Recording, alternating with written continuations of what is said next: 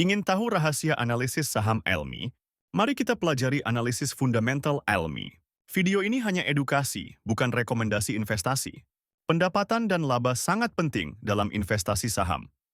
Berdasarkan data, pendapatan Almi di kuartal 2 2024 mencapai 712 miliar rupiah. Namun, perusahaan mengalami kerugian bersih sebesar 159 miliar rupiah. Ini menunjukkan bahwa meski pendapatan cukup besar, perusahaan masih menghadapi tantangan dalam menghasilkan laba. Profitabilitas menunjukkan kemampuan perusahaan menghasilkan laba. Sayangnya, Almi mencatatkan margin laba kotor, operasional, dan bersih yang negatif. Gross profit margin minus 17,4%, operating profit margin minus 19,5%, dan net profit margin minus 22,3%. Angka-angka ini mengindikasikan bahwa Almi mengalami kesulitan dalam mengelola biaya dan menghasilkan laba dari pendapatannya. Posisi keuangan penting untuk stabilitas perusahaan.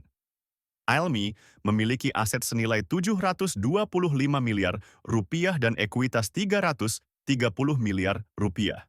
Meski aset cukup besar, penurunan ekuitas dari periode sebelumnya menunjukkan adanya tekanan pada keuangan perusahaan.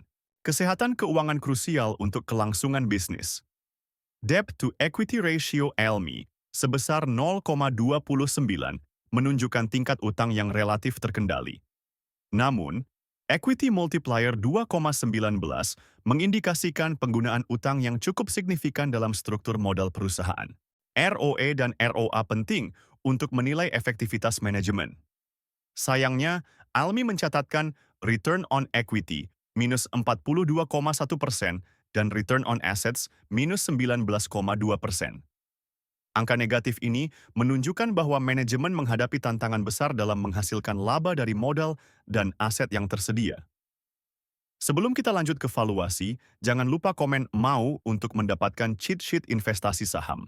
Valuasi PE Ben Almi menunjukkan harga wajar negatif Rp4.494.